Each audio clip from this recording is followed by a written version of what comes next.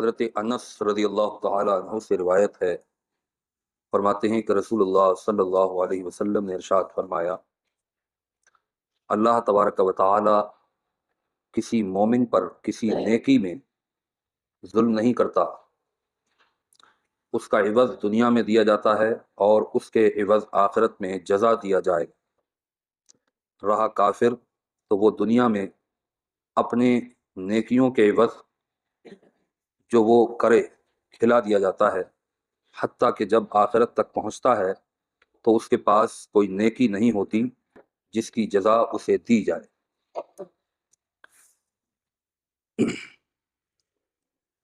یہ ایک حدیث مومن کے اعمال اور غیر مومن یعنی کافر کے اعمال کے تعلق سے بیان کی گئی۔ دنیا میں انسان چاہے وہ مسلمان ہو یا غیر مسلم ہو، ہر طبقے میں سبھی طرح کے لوگ ہوتے ہیں، اچھے بھی اور برے بھی۔ بہت سارے مسلمانوں میں لوگ ایسے ہیں کہ جو نیکیوں سے بہت دور، برائیوں سے بہت زیادہ قریب اور ظلم کرنے کی ان کی عادت بنی ہوتی ہے، لیکن وہ ہوتے مسلمان ہیں۔ اور بہت سے کافروں کے اندر اگرچہ وہ کافر ہیں لیکن ان کے کام اچھے ہوتے ہیں اور دل کے وہ بڑے نرم ہوتے ہیں، لوگوں کے ساتھ بھلائی کرنے کا جذبہ بھی ہوتا ہے۔ تو اب آیا کہ نیکیاں دونوں طبقوں کے لوگ کرتے ہیں، برائی بھی دونوں طبقوں کے لوگ کرتے ہیں۔ تو مومن اگر کوئی نیکی کرتا ہے تو ایک تو وہ مومن ہے، اللہ کی وحدانیت کا اقرار کرتا ہے، دل سے مانتا ہے، رسول کریم علیہ الصلاۃ والتسلیم کی رسالت کو مانتا ہے، اسلام کی جو ضروری اور بنیادی چیزیں ہیں ان پر وہ ایمان رکھتا ہے۔ دوسرا، وہ عمل بھی بہتر کرتا ہے، نیک کام کرتا ہے۔ تو اللہ تبارک و تعالی اس مومن کو دنیا میں بھی اس کی نیکیوں اور اچھے کاموں کا صلہ دیتا ہے، اور آخرت میں بھی اس کو صلہ دیا جائے گا۔ یعنی مومن اگر کوئی اچھا کام کرے تو اس کا صلہ دنیا میں بھی اسے حاصل ہوتا ہے اور آخرت میں بھی اس کا صلہ ملنا ہے، جنت اور جنت کی نعمتوں کی شکل میں آخرت میں اس کو صلہ ملے گا۔ لیکن کافر اگر کوئی اچھائی کرتا ہے دنیا میں، آپ دیکھیں گے کہ بہت سارے ایسے لوگ ملیں گے کہ جنہوں نے، بعضوں نے تو سنستھائیں بنا رکھی ہیں جو اپنی سنستھاؤں کے تحت بہت سارے بیماروں کا علاج کراتی۔ آپ نے سنا ہوگا کہ دہلی کے اندر ایک ڈائلسس سینٹر سکھوں نے بنا رکھا ہے اور وہاں پر بالکل فری علاج ہوتا ہے، اور بہت سارے لوگ کھانا بانٹتے ہیں، کھانا کھلانا، کھانا بانٹنا غریبوں میں، یہ بھی بھلائی کا کام ہے، اسلام بھی اس کا حکم دیتا ہے۔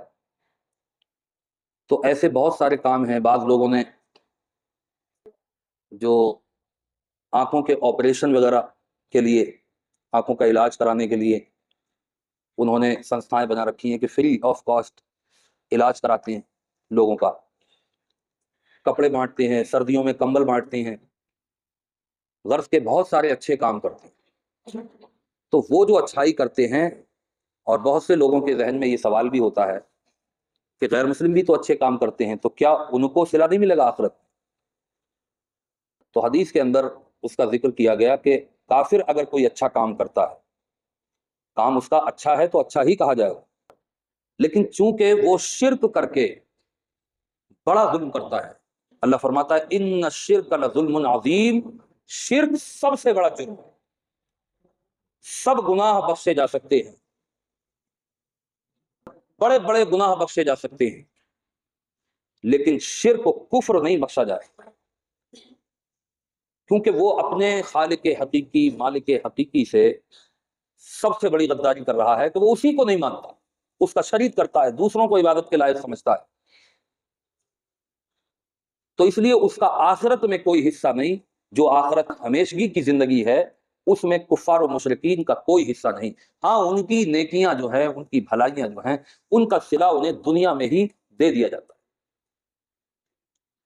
اور مومن کو یہ ڈبل فائدہ اس لیے دیا جاتا ہے کہ مومن چونکہ اللہ کے ساتھ شرک نہیں کرتا، اگر وہ کوئی گناہ کرتا بھی ہے تو گناہ اپنی جگہ ہے، لیکن شرک اور کفر جیسا گناہ جو ہے وہ مومن نہیں کرتا۔ تو اس لیے مومن کو ڈبل عطا کیا جاتا ہے، اس کو دنیا میں بھی اس کی برکتیں ملتی ہیں، جو اچھے اعمال کرتا ہے، جو نیکیاں کرتا ہے، اس سے دنیا کے اندر بھی اسے فائدے ملتے ہیں، اور آخرت کے لیے بھی اس کا وشیش حصہ بچا دیا جاتا ہے۔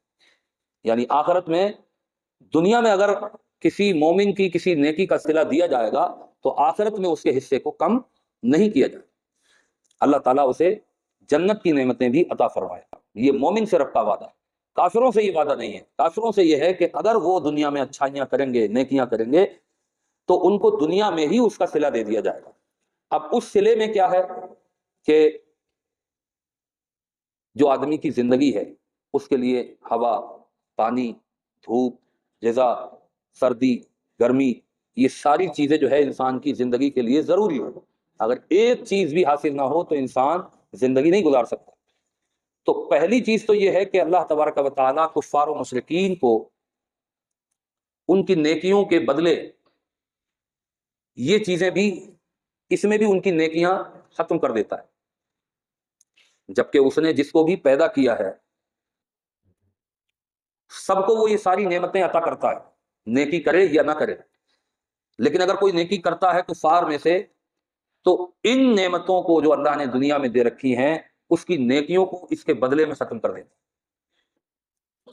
اس کے علاوہ بھی ان کو کچھ اور نعمتیں عطا کرتا ہے، جس سے جب کافر دنیا سے جاتا ہے تو اس کے نام اعمال میں کوئی نیکی باقی نہیں ہوتی کہ جس کا صلہ اسے آخرت میں دیا جائے۔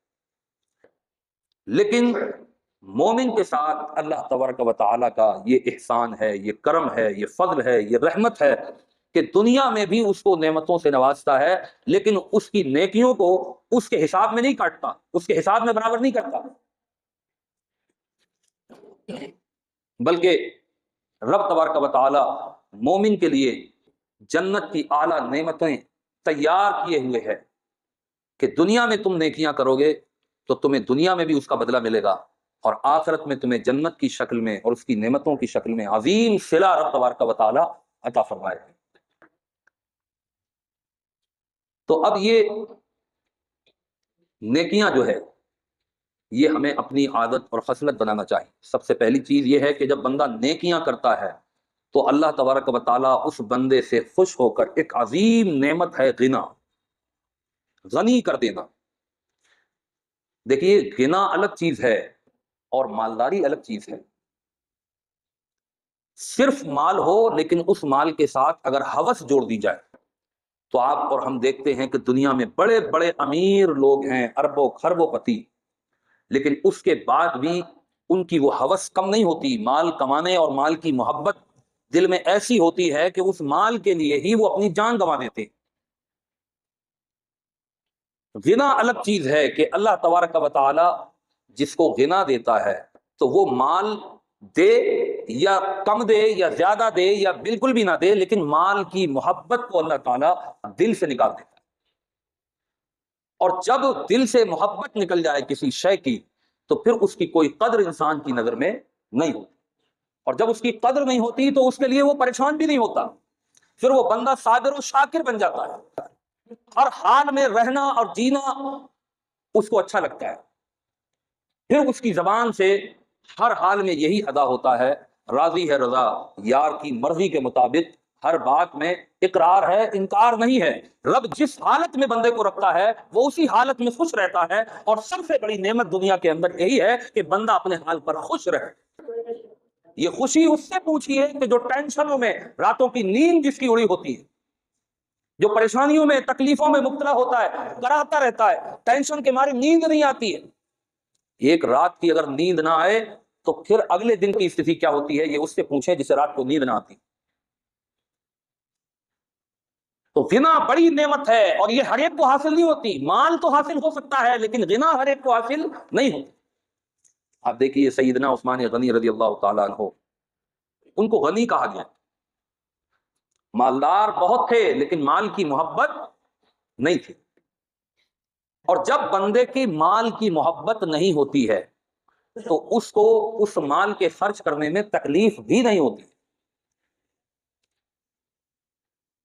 مال ایک تو کمانے کی تکلیف، اس کی ہزار ٹینشن، پھر اسے خرچ کرنے کے وقت دوسری تکلیف، اس کی ہزار ٹینشن۔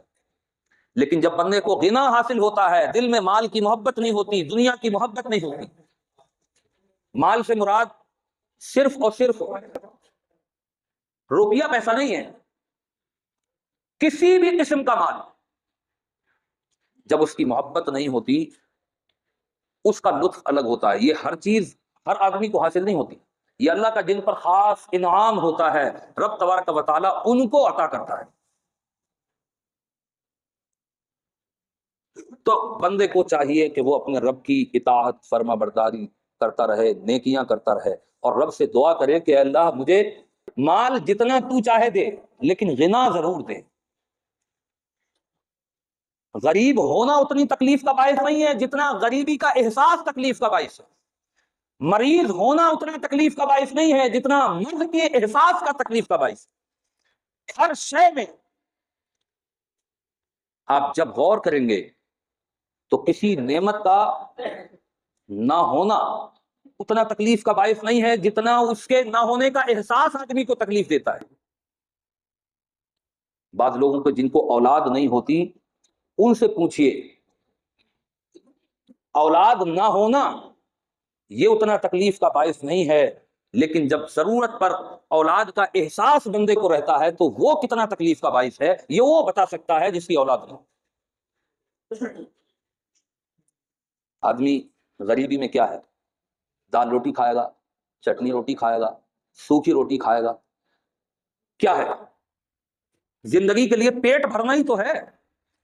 وہ پیٹ آپ مرغے سے بھر لیں، بکرے سے بھر لیں، کسی اور اچھی غذا سے بھر لیں، یا ہم اور آپ دال روٹی چاول سے بھر لیں، یا اس سے بھی نچلے استر پر کوئی سوکھی روٹی پانی میں بھگو کے اس سے بھر لیں۔